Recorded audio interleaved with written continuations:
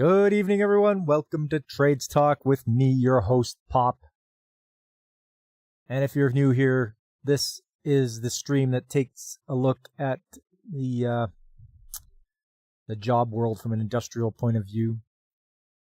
We'll look through some articles about the shortage of skilled trades. We'll go through the news of the week, and we'll also a new thing. We're going to check out some worksite fatality investigations.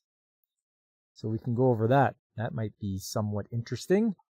Have a look at some of the things that have gone wrong, and maybe we can not make those mistakes. But yes, before I get to all that, I'd like to say hello to you, David Glenn. Good to see you. And hey, Fabric. Nice to see you. I always like it when that profile pic pops up. And to you, Spammer from Kick. You have, that's really quick of you getting here. So, yeah, banned for unsolicited, approaching me and wanting me to have more viewers. Hey, and Godzilla, everyone's favorite kaiju is here.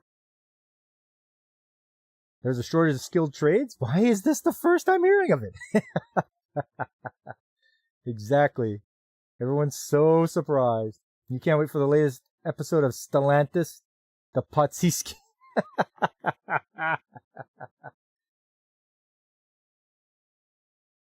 All right, let's get to it, fellas. Let's get into the news of the week here. And right off the bat, this one caught me right off guard. Here it is, and we weren't going to Plant Magazine because they did an update for a week, so we went to MRO. And it says, Carney says Canada, U.S. were close to a deal when Trump ended talks. Well, because I don't follow the mainstream news, I know it was because that idiot Doug Ford, that useless provincial what is he? He's not the prime minister. When you're provincial, you're the premier. The premier of Ontario was trying to, hang with the big dogs, and he got kicked down. He did something stupid. You could have sworn you saw Snack's name in the chat. You're getting senile. Yeah, I didn't see Snacks. No, I don't think so. Anyways, let's have a look at this. Because I know what happened. They were putting out those stupid tariff commercials with Reagan. And this was all Ontario's doing. All the premier there, Doug Ford, his fault. He puts out these commercials to run about how bad tariffs are. And as soon as Trump sees that, he's like, poof, that's it. We're not talking anymore. So way to screw things up, Doug Ford. You're utterly useless. You do more harm than good. Anyways, let's see what this has to say. Ottawa and Washington were close to a deal when U.S. President Donald Trump abruptly cut off trade talks last week, Prime Minister Mark Carney said on Monday. Doug Ford is premier. He's economy at best. Yes, I agree. He's a knockoff. Carney said there were very detailed, very specific, very comprehensive negotiations about steel, aluminum, and energy trade before everything changed on Thursday. We stand by the progress that has been made, the Government of Canada does, and we are ready when appropriate to pick that up, he said. Speaking to reporters at the Association of South Asian Nations Summit in Malaysia, the Prime Minister said he hasn't heard from Trump since Thursday, and he won't. You numbskull. You're not going to hear from him because you guys did something stupid. Trump said he ended the discussions because of the anti-tariff TV ad campaign the Ontario government has been running in U.S. markets. He called the ad, which features former President Ronald Reagan talking about tariffs, dishonest. Carney spoke with Ontario Premier Doug Ford just before leaving for Malaysia, and Ford agreed to pull the ads after the weekend. I'd like to hear how that call would have went, eh? Yeah, hello, Doug? Yeah? Mark? You're an idiot, and you better pull those ads, because you're screwed up everything. Okay, I'm sorry. Then on Saturday, Trump declared that he would add a 10% tariff on top of the existing levies on Canada because the ad was still running. Two leaders will be in the Asia-Pacific Economic Cooperation Forum meetings later this week in South Korea, but they do not intend to meet. Trump, who left Malaysia for Japan on Monday, said he doesn't want to meet Carney at APEC and won't be meeting with him for a while. I'm very happy with the deal we have right now with Canada. We're going to let it ride, he told reporters on Air Force One. When pressed for details on the additional 10% tariffs, the president said he didn't know when it would kick in, but I don't really want to discuss it. Carney and Trump appeared to be very cordial during a meeting at the Oval Office earlier this month, with Trump praising the Prime Minister as world-class leader, saying he thought the Canadian negotiation team would be happy with the deal. When asked what he thought had gone wrong with his relationship with Trump, Carney said, "That's a question for him."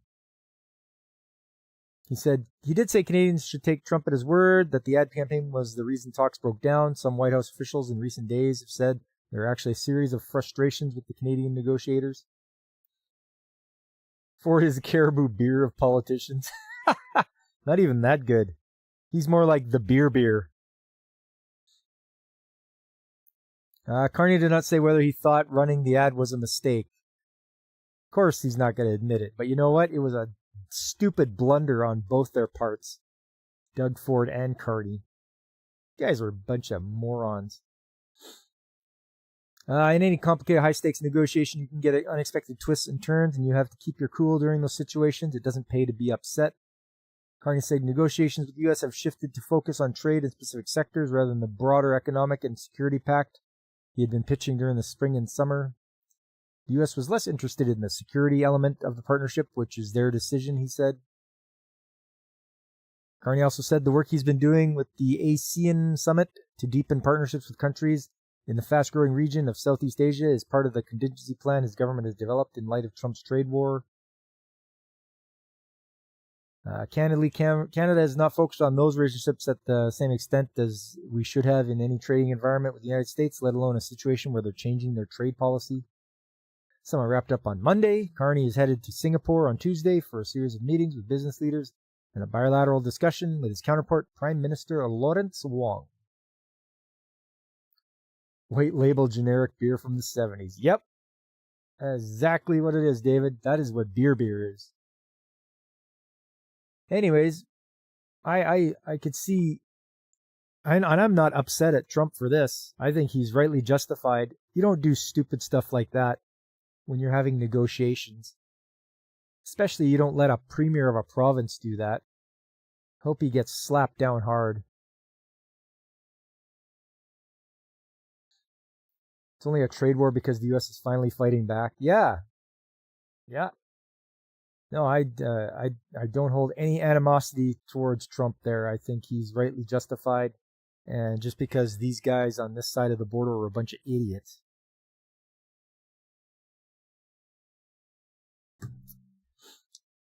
Something government-related thing that happened in Mabou, Cape Breton last week. We love Mabou because that's where the Rankin family is from. They did Johnny Tulloch, and it's amazing. Oh! I did not know that the Rankin family was from Cape Breton.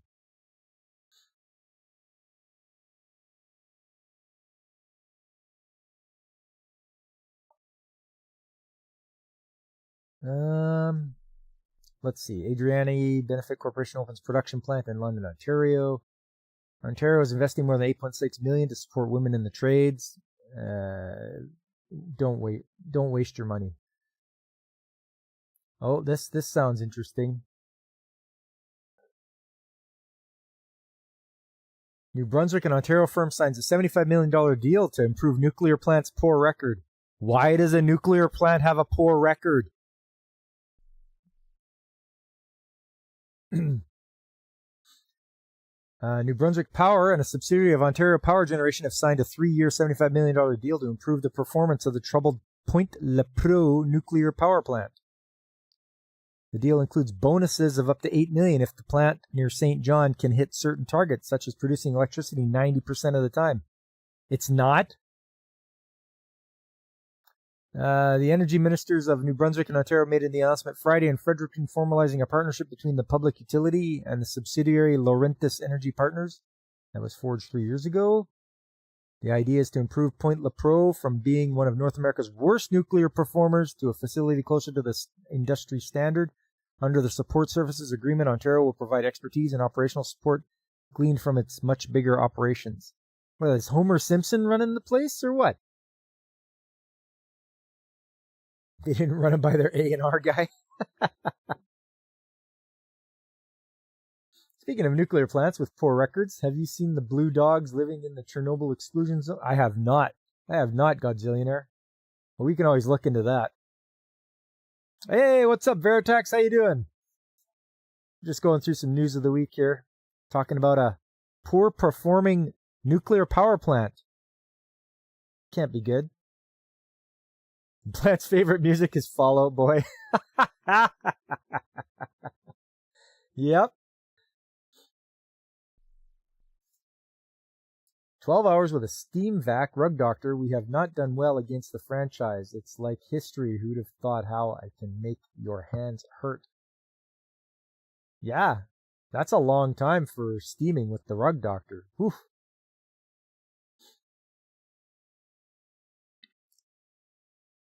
Well, let's see what else they have to say about this. In nuclear, the reality is this. Rene Legacy, local energy minister, told reporters at the University of New Brunswick in Fredericton, it is not New Brunswick versus Ontario. We are competing with the US. We are competing with Great Britain. We were in London, England a few weeks back. Rolls-Royce is their technology. They're investing heavily as a full country. We in Canada have to hold together to do exactly that. Sounds like he's begging for money, for government money.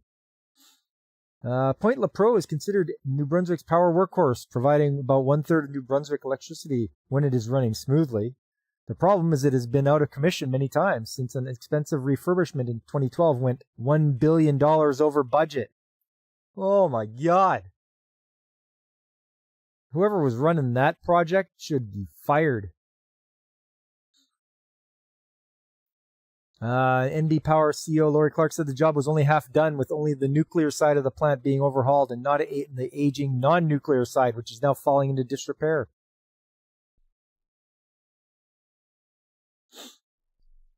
Last year, for instance, Point Lepreau was down for 8 months, most of it unplanned, to fix the station's main generator. It is under a scheduled 140-day maintenance shutdown right now, which, according to NB Power spokesman Elizabeth Fraser, is on track for a return to service in early December.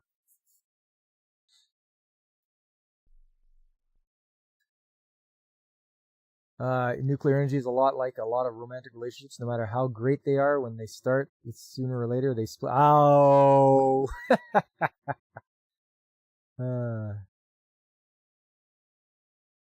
What about Canada versus Quebec? I mean, that's always the main. That's ongoing, David.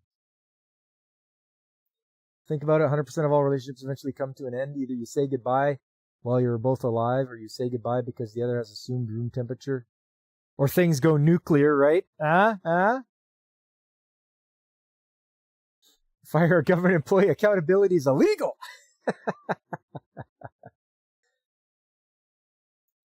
The high debt tied to Point Lepreau has also raised the ire of critics.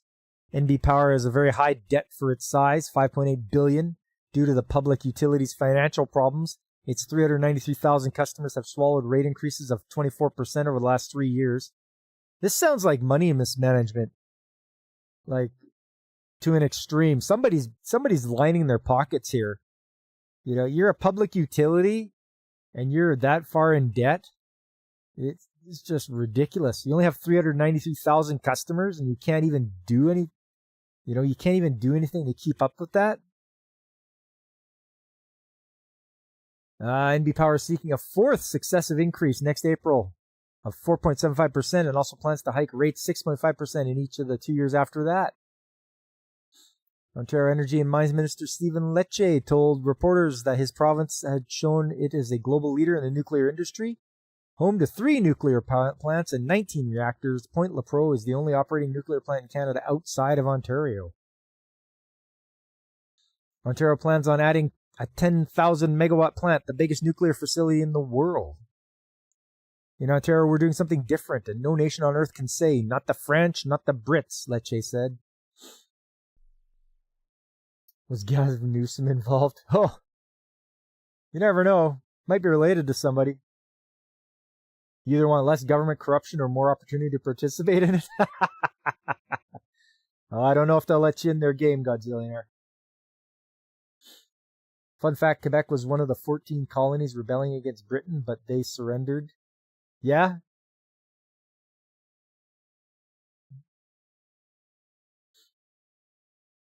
You know, we got to rebel against Britain, but oh no! I give up. I surrender. Well, we got a little bit to go here. We are building on time and we're building on budget. We have established credibility globally. The world is watching us, and we have refurbished our entire fleet. Unit 1 of Darlington was just returned to the grid 180 days ahead of schedule and under budget. You cannot find an example in the world where a nuclear reactor was refurbished at that scale ahead of schedule. He said he was proud to lend expertise to Point Lepreau to ensure affordability is delivered in this community. And we continue to really lean into can-do technology that has been a blessing for Canada. But nuclear opponents balked. Mo Kurishi, the climate advisor at the Conservation Council of New Brunswick, predicted the $75 million or more in spending on the agreement would raise customers' rates even higher. I mean, and water is wet. Like, you're not a genius there, buddy. You're a climate advisor. We have better options available that are cheaper and more accessible, such as wind and solar energy. Oh, here we go. Yeah. We could build within a year. It wouldn't take years to fix and years to build, such as new reactors, just from an affordability perspective. We could have a lot more for $75 million. You guys are by the ocean. Use wave technology or whatever to make your power. Yeah. Forget wind and solar. Possible spoiler, one of your favorite detective shows of the 90s is called Due South, that has a Canadian Mountie, Constable Benton Fraser, trying to figure out who killed his father. I remember Due South. Yes, Veritax, I remember that. Pretty good. It's pretty good show. 10,000 megawatts, rookie numbers. Yeah. Who killed his father? I had something to do with the power plant malfunction. Ooh. And of course, Fabric Folds knows that anime reactors routinely produce 2 gigawatts. Yeah, David, that water's wet. Learn something new every day. Let's see here. Yeah, anyways, that's it for that one. What a joke. Apparently New Brunswick can't even run a nuclear reactor. And it's just falling apart. So, way to squander all that money. Somebody got rich out of that. Somebody, probably a politician's buddy. Flint announces $320 million in new contracts and renewals. Ooh, Flint? Do they mean Flint Energy? Flint Corporation, an industrial and energy services provider, announced that between July 1st and October 27th, it has booked new contract awards and renewals that are estimated to generate approximately $320 million in backlog. In a press release, Flint stated that approximately 13% of the work will be executed in 2025, with the balance scheduled for 2026 to 2030.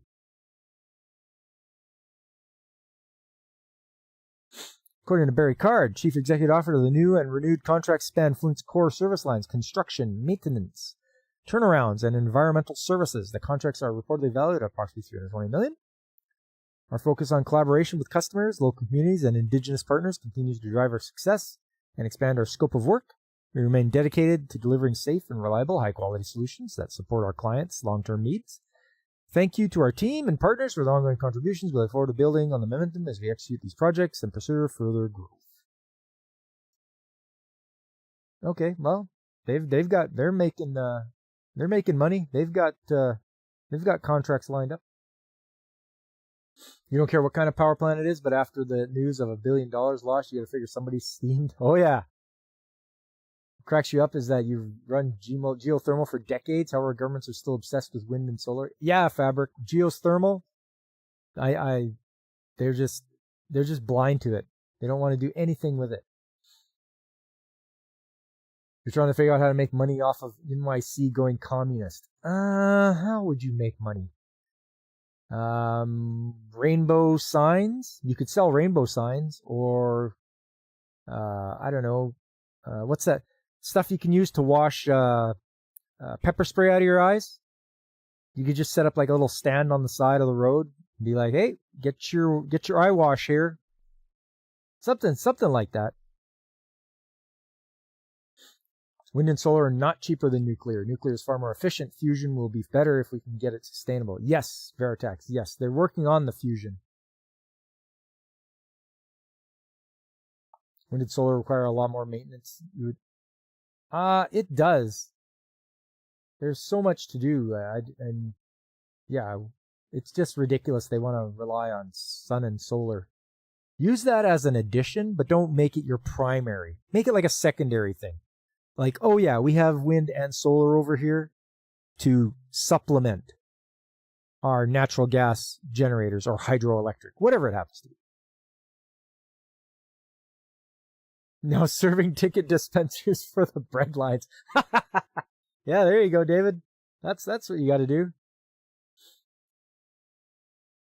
Well, that's the news from MRO.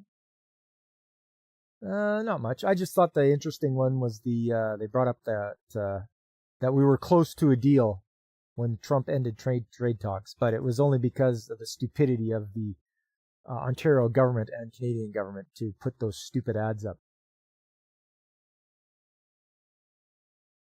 Oh yeah, Fabric's got a good one. Sell toilet paper. It's in every communist country. It's in short supply. Yep. That's a good one.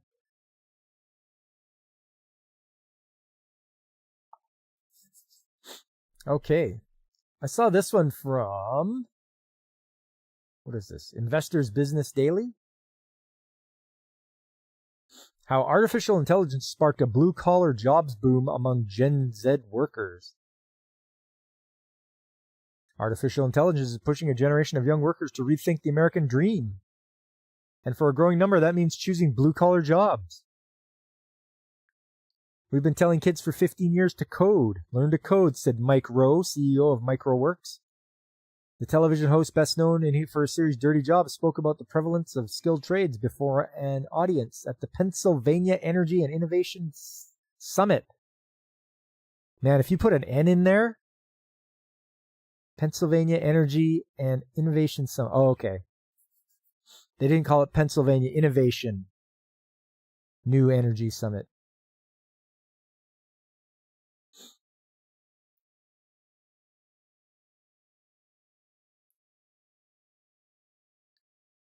We said, yeah, well, AI's coming for the coders. They're not coming for the welders. They're not coming for the plumbers, Rowe added. Rowe will not be alone in his assessment. NVIDIA CEO Jensen Huang predicts that plumbers and electricians will be the next generation of U.S. millionaires. I don't know about millionaires. That's a little bit of hyperbole, I think. Who's the blonde? David's question out of everything. Who's that blonde? I don't know. She's Claire O'Connor. There you go. That's probably who it is. Hey, look at this. Artificial intelligence? Isn't that Carney's government? Yes. Oh, look. Somebody from Kick again. Okay, well, let me stop what I'm doing. Over here. Ban you. And tell you to stop bothering me. I will grow my channel organically. I won't have to rely on buying views. Okay, so speaking to reporters in the UK in September, Huang said manufacturing sector is going through a really great resurgence amid the artificial intelligence boom. If you're an electrician, if you're a plumber, if you're a carpenter, we're going to need hundreds of thousands of them to build all these factories, Huang said. And the skilled craft segment of our every economy is going to see a boom. Which factories is he talking about, though? He should have been a little more specific. Maybe he's just speaking in general, but you should try to be a little more precise when you're talking about building factories. What factories? What are we making here? Early signs of AI job losses. The sirens that artificial intelligence could replace entry-level workers aren't just a myth. An August Stanford University report offered the first hard data showing it is happening now. Jobs for younger workers in AI-exposed fields are down 13%. That's the sharpest drop the university has ever linked to a single technology.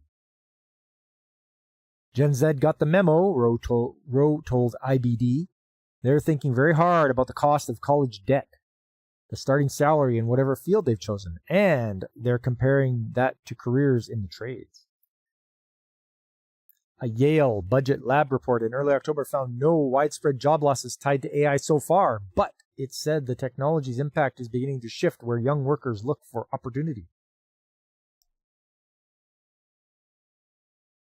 In August, IBD documented how the deployment of artificial intelligence technologies is starting to replace jobs long considered safe, professional office-based positions, from coding to customer service, sales to creative jobs. Experts warn that AI is disrupting nearly every white-collar field. Personally, I don't want AI customer service. I want to talk to a human. Don't give me some stupid computer to talk to.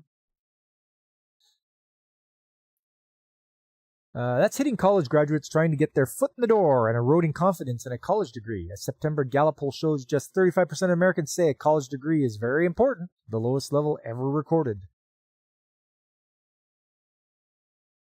For Brooke Angel, an 18-year-old welding student at Midwest Technical Institute, the rise of artificial intelligence shaped her decision early. She said she saw classmates using ChatGPT to get through school and began questioning what jobs would still require human skills. Also, using ChatGPT to get through your classes, there's going to be a generation of morons coming up here because they're letting a computer do all the things, all the writing for them. It's asinine. O'Connor sounds Irish. You'd be careful around her. She might have some Scottish ancestry who believe there can only be one. We got some Highlander action going over here. I know so many people who cheated their way through high school using ChatGPT, Angel told IBD. I can't see a robot being able to get on top of a roof or crawl through the attic space or crawling into that pipe, she said.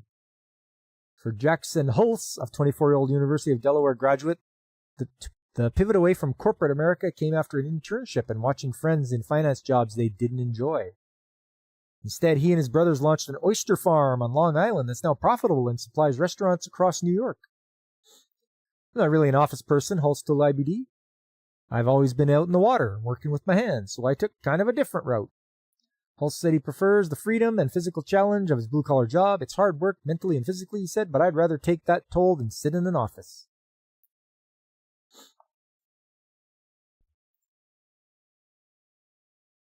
That study is a blatant lie. Microsoft laid off 8,000 and said it was because of AI. Yeah. Jobs are down for younger workers not because of AI, but because many companies overhired during the COVID lockdowns. They let a lot of people go, and some more experienced people are having to I gotcha.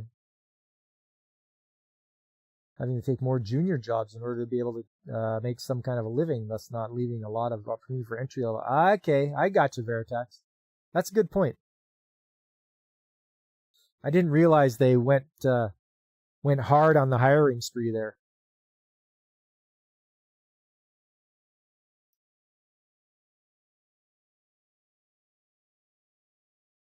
Oh, just make sure, you guys, that you're all doing do live chat, and also make sure you're not behind. Just make sure you're getting the live broadcast as it's airing here. You remember it was 2018? You think it was 2018? Job market was pretty bad back then for the entry level. So the experience needed for entry level has just been going up and up and up for like a decade. Okay.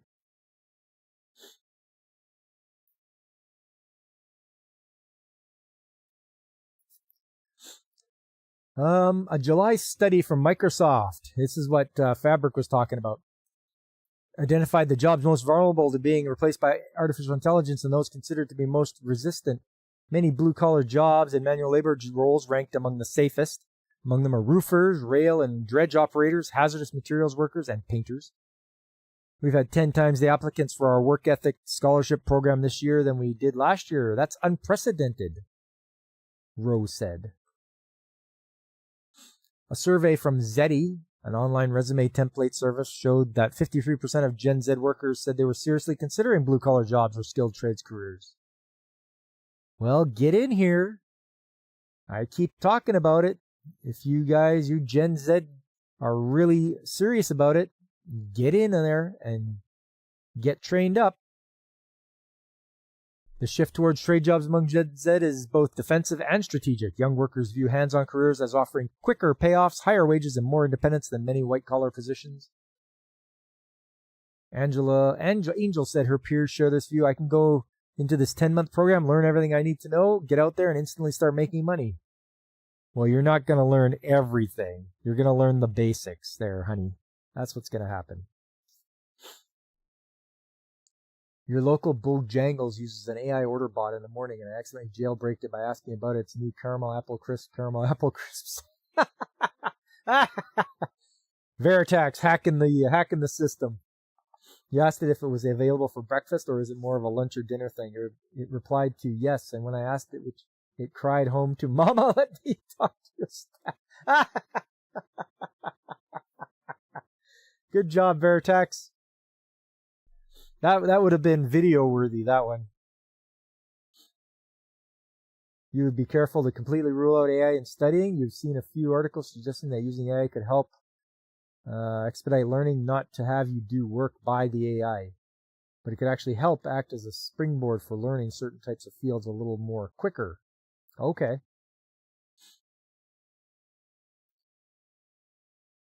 Tony Frana, career expert at Zeddy, said demand for blue-collar jobs isn't slowing down anytime soon. If you think about demand for those skilled trades like plumbing, electrical, HVAC, those types of jobs are very in demand right now.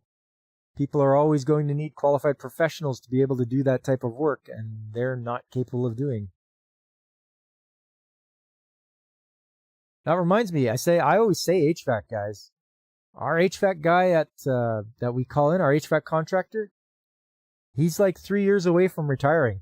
And so it's like, what are we going to do? We have to look for another HVAC guy if he's going to retire.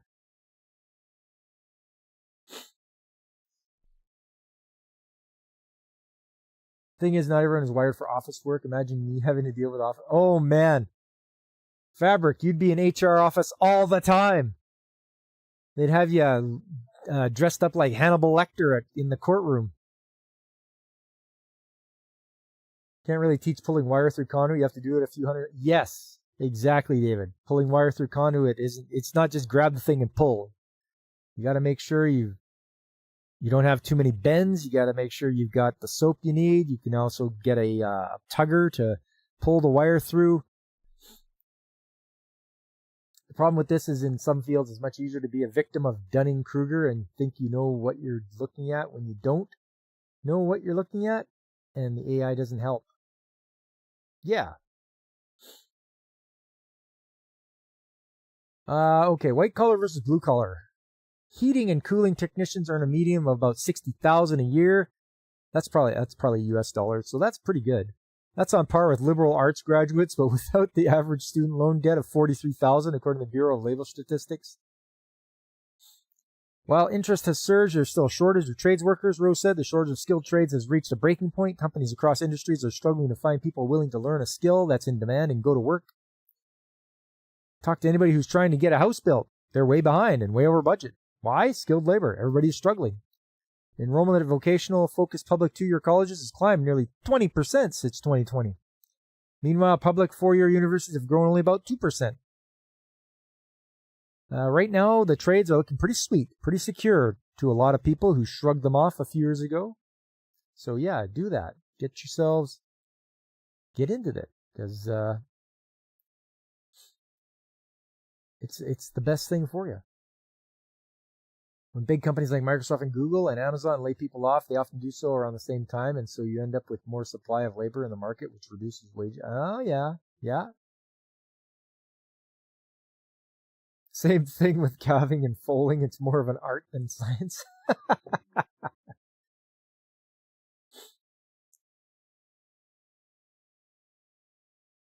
What do we got here? This was from the Staffing Industry Analysts.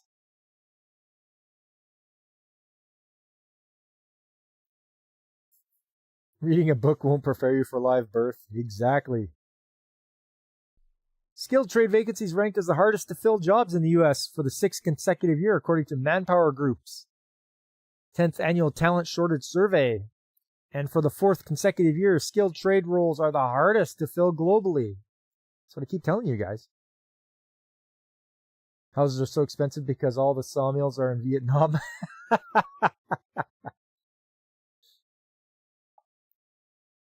Well, I don't know about that. Probably, but don't forget about the Canadian softwood lumber. A lot of our lumber gets shipped to the States. Well, if they put tariffs on it, well, and it's going to be expensive. Talent shortages are real and are not going away, said Kip Wright, Senior VP Manpower North America. Despite impacts to competitiveness and productivity, our research shows fewer employers are trying to solve the problem through better talent strategies. As they struggle to find the right talent continues, and candidates with in-demand skills get the upper hand. Employers will be under pressure to position themselves as talent destinations to attract the best workers that will drive their business forward. The survey found 38% of global employers have difficulty finding candidates with the right skills to fill open positions, up from 36%. The top 10 hardest jobs to fill globally: skilled trades, sales representatives. Really? Sales representatives? Like salesmen? All you have to do is have a gift of the gab and be able to yap to be a salesman. You don't need, I don't know why that would be a hardest job to fill. Engineers, technicians, drivers, management executive. That shouldn't be a hard job to fill either. Accounting and finance, secretaries, IT, production operators, and machine operators. Among U.S. employers surveyed, 30% were reported difficulty filling positions, down from 40% from the 6th consecutive year. Skilled trades positions are the most difficult jobs to fill. In the U.S. now, this isn't global, but U.S. Number 1, skilled trades workers, drivers, teachers, sales representatives, administrative professionals, management executives, nurses, technicians, accounting, and engineers are at the bottom.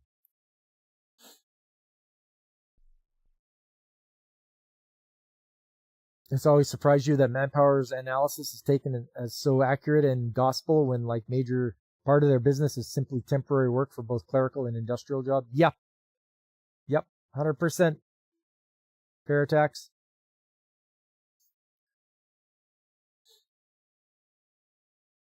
But that's their hardest, the hardest jobs to fill, apparently.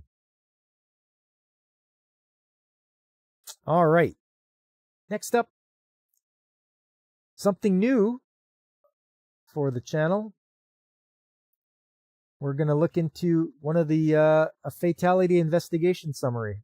So this actually happened in 2024 on September the 6th.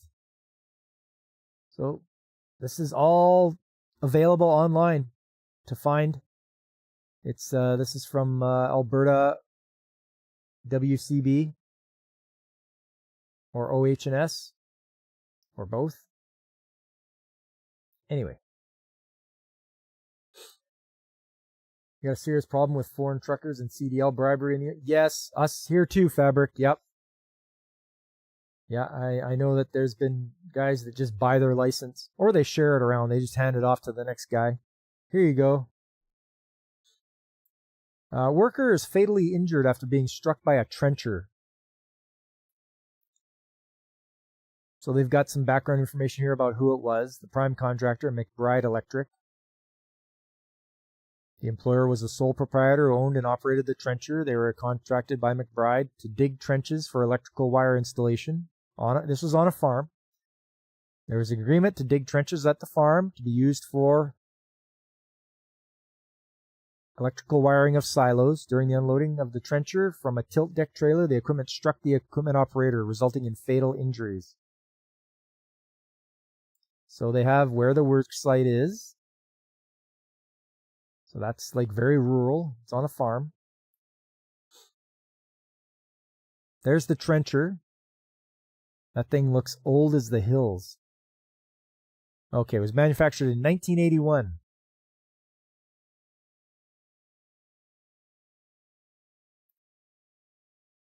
There's a picture from the side.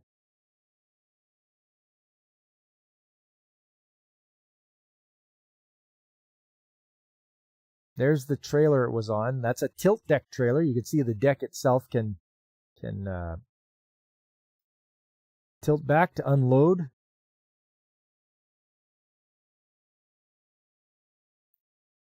All right, here's what happened. Trenchers are slow. Just take 2 steps left or right. It's like trying to play chicken with a train. On the September 6th at approximately 9:40, a trencher struck the equipment operator while the trencher was being unloaded from a tilt deck trailer. There were 2 witnesses. The equipment operator was struck by the trencher and run over as the trencher came off the trailer.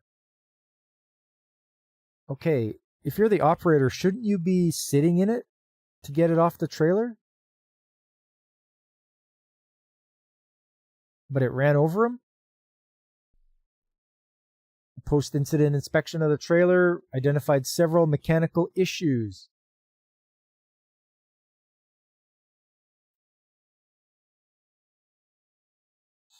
The trencher dislodged and rolled down the trailer ramp onto the equipment operator, likely due to the mechanical issues and the unloading process being used. Okay.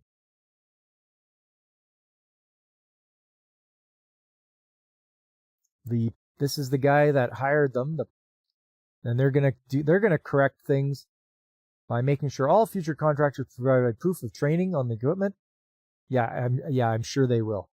Hazard assessment report of specific equipment prior to commencement of any work, and conduct equipment inspections and provide maintenance history. Yeah, I'm sure you guys are going to do that. The employer was a sole proprietorship, which is no longer in operation. Yeah, because he's dead, and the trencher has been taken out of service.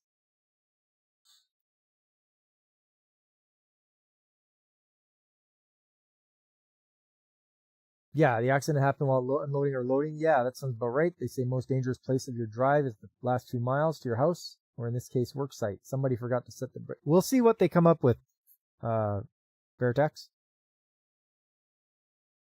Let's see what they say.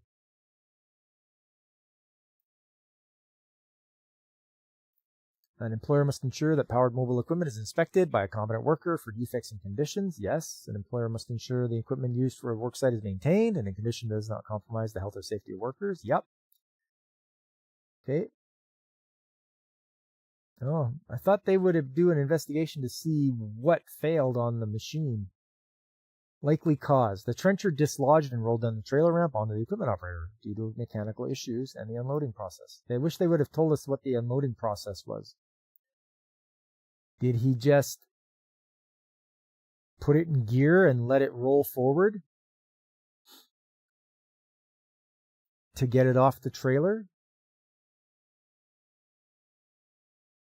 Because as Fabric said, they move pretty slow.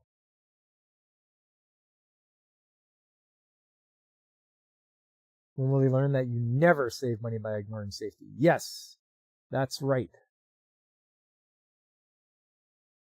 Your bets you didn't maintain the safety locks? Yeah, it's unfortunate it didn't go into any more depth as to why.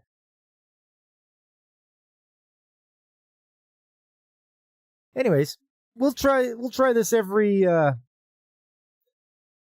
trade stream. I'll pick one of these accidents that's happened, and we'll have a look, and we'll see. Perhaps we find something obvious, but as long as it teaches us that we have to be vigilant, ever vigilant, whenever you're dealing with powered equipment. Yo, what's up, Salver? Nice of you to join us. We're just going over one of the accidents that happened here. It actually happened last year in Alberta here. One of the operator got run over while he was unloading it from a trailer. There's the trailer. There's the trenching machine that ran over him. And yeah, he was fatally struck.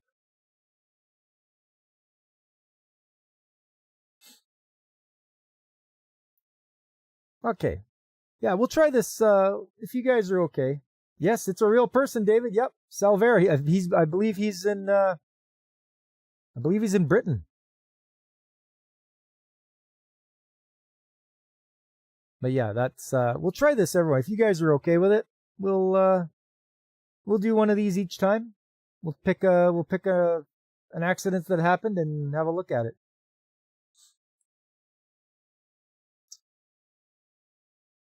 But is there an anime about trades? What is it called now?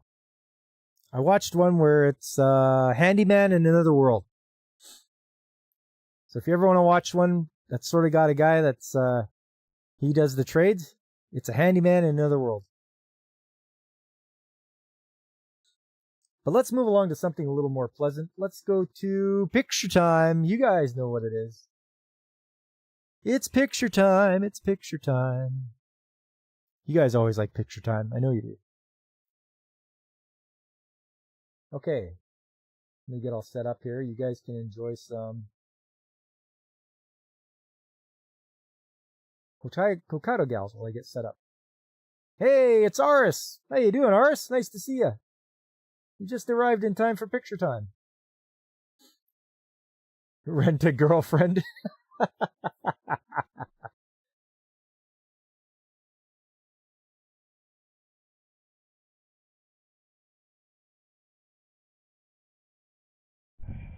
Okay, so this is in line with what I put the title of the stream at today.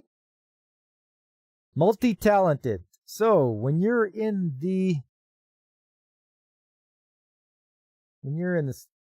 like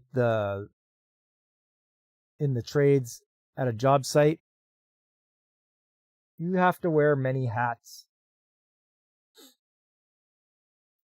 And Fabric knows what this place is. And David too. That's the retention pond, that one. You know what we're looking at. So, it's a beautiful autumn day. Making it hard. Yeah, Hokkaido Gals is a trade-based anime because it's Rex.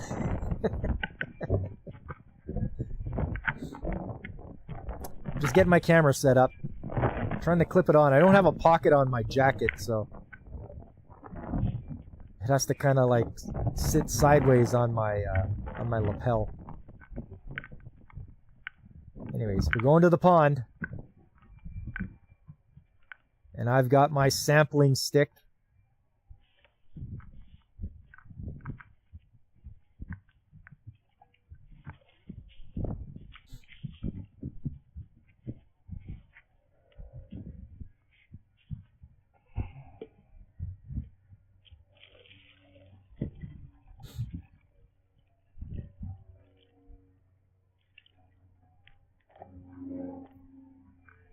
And there we go.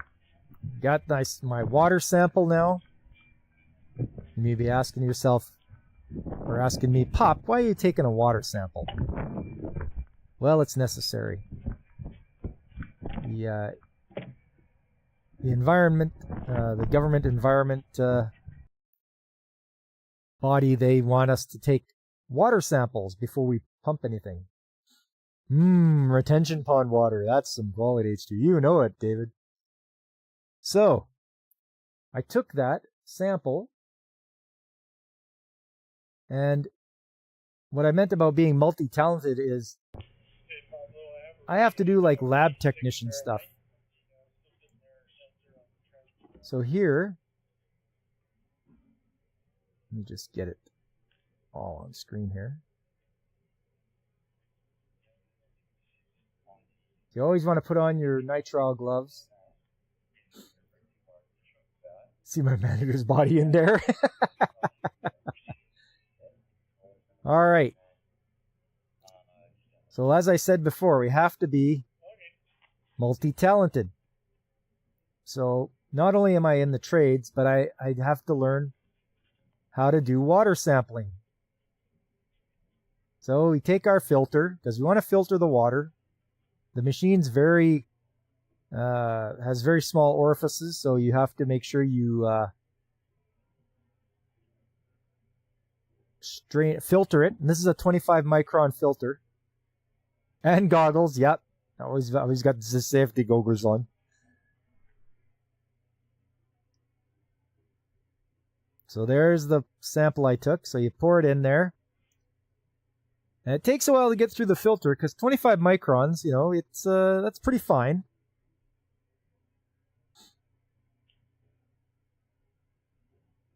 Titration filter. Probably, David.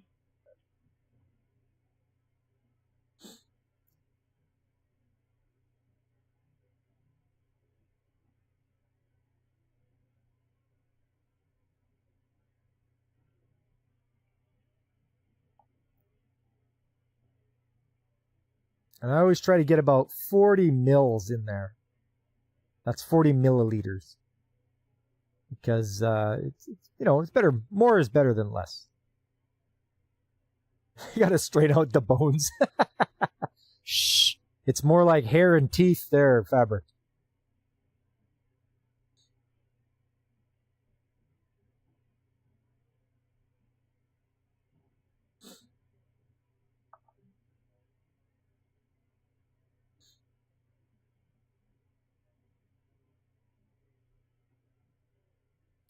I don't know. I wasn't sure how well it was going to show up on camera there, looking into the filter, but not that good.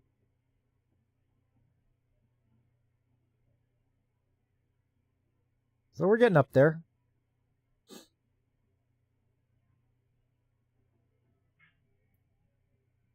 Okay, that should be enough.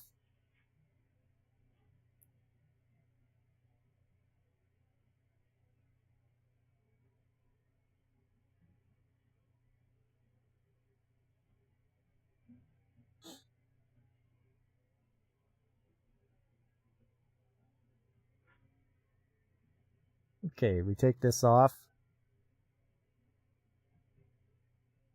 And that gets thrown in the garbage.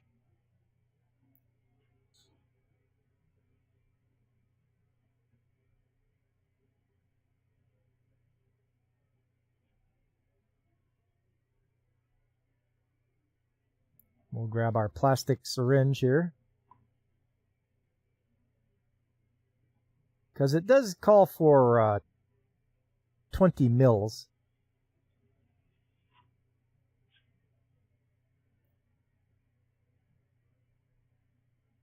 So I'll load up the syringe with all this water and there we go.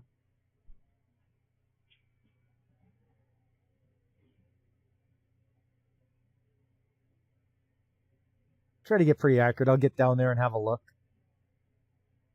Make sure that I only put in so much. Exactly what we need.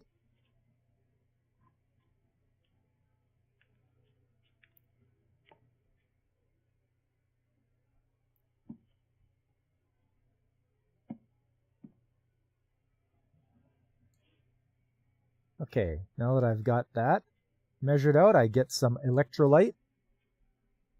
And that squirts out 20 mils precisely. Let me give it a good shake. Got to mix the two together.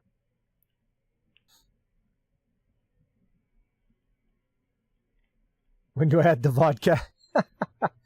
Well, you know, some ice first. Eh? We use the deionized water because it'll want that first. So it's all done by laptop.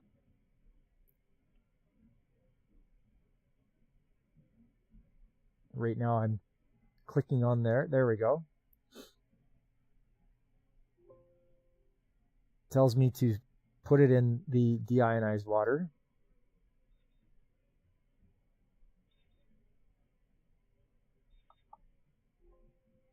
I make my signature cocktail worker retention. That's manager retention.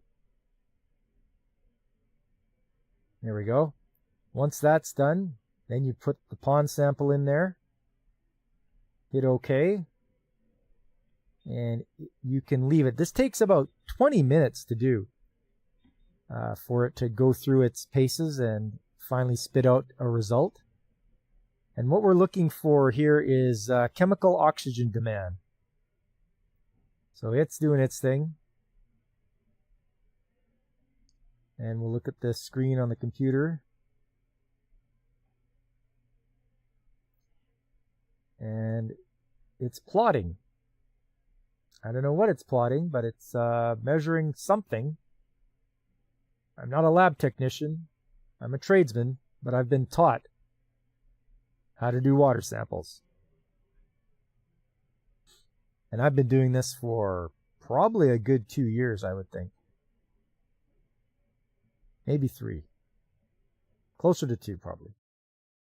Yes, that's what I meant about multi-talented. You have to know how to do things like that. Did I learn that in trade school? No.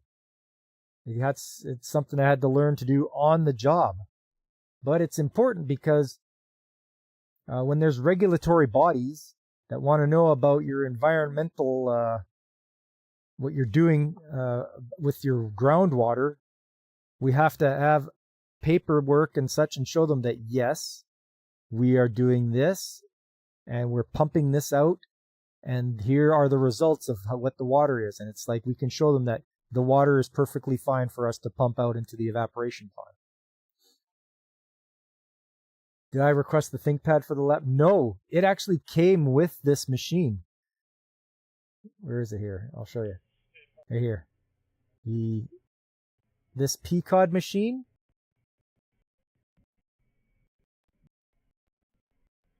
Ah, come on.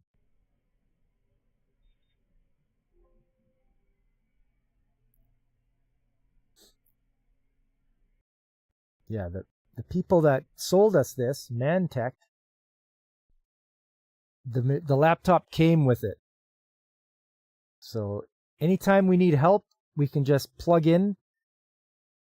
If we had the internet running to the lab, which we don't, but hopefully soon, I want to get a wired internet and plug it in there, and the people at Mantech can look at the results and even help program if they need to. Doug Ford needs the info for his TPS report. Sure does, Fabric. But this is what I was saying about being, multi-skilled. You have to. This is a perfect example. I didn't get taught this in trade school, but it got taught on the job, and I'm pretty much the only one that knows how to do it. Nobody else wants to do it. There's a few guys that do know, maybe 2 of them, but they don't know it as well as I do. But nobody else wants to do this job. They don't like it. So I took it upon myself to be really good at it, and so I can make it so we don't get shut down. Because if the environmental groups or regulatory bodies come down on us, they could shut us down if we aren't doing this sort of thing. If we aren't doing proper water testing and showing results, they can be like, okay, we're going to shut your company down now. And I don't want all of us to lose our jobs that are at the facility. So to me, this is an important part of my job because it keeps all of us employed in case that day ever comes where there's a regulatory body and they want to do an audit and be like, oh, well, where's all your figures and facts and all that, and you've been pumping this water, and what's the contents? And I can be like, here you go, here's the contents, look it over. No, you're right, Fabric. They're not going to pay extra money for a lab technician. I doubt they even want to hire another operator. So we sometimes have to do double duty, sometimes triple duty, doing some stuff. But I do it because I just want to keep us all working there. I don't want to be shut down for some dumb thing that, oh, well, you guys didn't do tracking of your water that you're pumping out. And it's so easy to do as well. But yeah, that's what I meant. You got to be multi-skilled, no matter where you are, no matter what job you're at. And if you aren't, think about it. Think about, what can I learn today to make it so that I'm more valuable or indispensable to the company? Or when you go to a different company, you can be like, yes, I know this, this, and this. And they could be impressed. Oh, wow, you've done this? Yes, I've done this, this, and this, and this. I'm not just a tradesman. I know how to do this. I know how to do spreadsheets. I know how to do all this kind of stuff. Well, I can operate a crane. I can do all sorts of stuff. I'm forklift certified, right? You can always do that kind of thing. It's the best thing for job security. More training for yourself. Cross-train. Yes, David, that's it. David's got the right cross-train. Always do that. Yes, be hard to fire. Exactly.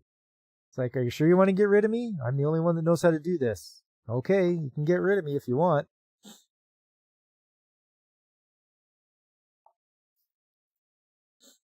But yeah, that's pretty much all I got for... Yeah, because I showed you guys the winterizing of the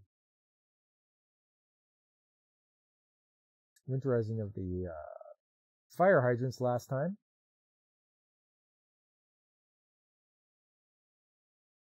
Yeah, I'll save some of the other stuff I got for next week. You can get away with some questionable behavior if the company knows it'll take two normies to replace you. And the thing is, it's tight out there right now for jobs. Like we always saw about the shortage of skilled trades. I'm pretty sure I'd be okay if I got let go. I'm pretty sure I could find some place in short order to go and work at. But yeah, it's just where you're comfortable. If you're comfortable at it, or if you like your job, then you're going to stay. And I like my job. I'm going to stay. This is going to be my retirement gig. Because I'm doing exactly what I want to do.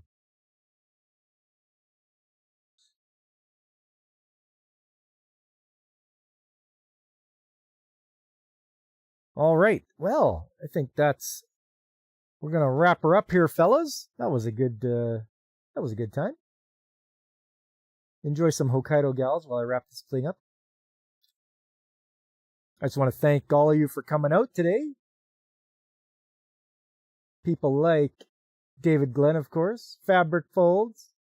I always like that profile pic. Godzillionaire, everyone's favorite kaiju. There was Veritax. And there was also... No, you're a spammer. Salver, coming hanging out.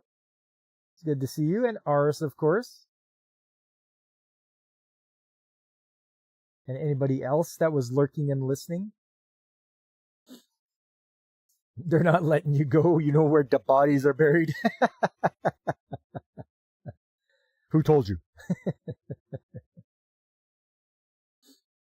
Yeah, so do me a favor, guys. If you can, just hit the like button on YouTube, or, follow or like, subscribe, whatever you want to do on whatever platform you're working on. Spread the word, most of all, word of mouth. Tell your friends. If you know somebody who's in the trades, tell them to stop on by, give a listen. I'd love to talk trades with other people. But when I'm not streaming, you can follow some other people too and see what they're up to, like Pacific 414, or DJ Ronnie G, Brandon the Anime Guy, or Carl at the RNG Podcast. There's Punkwaddle, everyone's favorite penguin. There's Infinite Metal, he's on Kick and Twitch. And there's also Call Me Kixie, a great VTuber on Twitch, and I've seen her on YouTube now. So she's very family friendly, and she plays a lot of indie games. So you should check her out. Coming up Saturday, Retro Game Day, more Legend of Zelda, Oracle of Ages. I'm slowly marching towards the end. I think what I'll do is I'll battle one boss, a dungeon boss, when I first start up, and then see where I got to go from there. So that's happening on Saturday morning at 9 a.m. Mountain Time. Then after that, it's Sunday. On Sunday Anime Chat, it's a new month, which means a new theme for the month. Do I know what it is? No. Do I have to think about what it is? Yes. I better find something so you guys have a theme of the month for November. I gotta get it going. Then after that, it'll be Tuesday, and more trades talk. More Tuesday, and shutdown is over. So what that means is the plant is going to start back up again. We're going to start making product, and I won't have to knuckle down as much when I'm at work. Given her as far as machinery goes. But yes, shutdown is over. I am quite relieved. It went not too bad. It could have gone better, but it's what's happened. So we'll take some notes and on what didn't go right and try to correct those for next year. No Nutella November. I'll come up with something, David. Yeah, no Nutella November. I wonder. Huh. Anyway, No, I gotta think. I gotta do some more thinking. Take some deep thoughts into what to do for a November theme. But anyways, that's what's coming up with me. You guys know where you can find me. I'm always here on the weekends and Tuesday nights. That's every anime.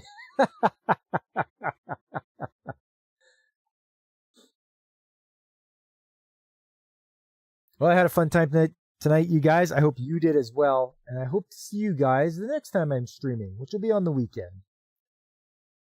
But until then, I've been Pop, and I am signing off.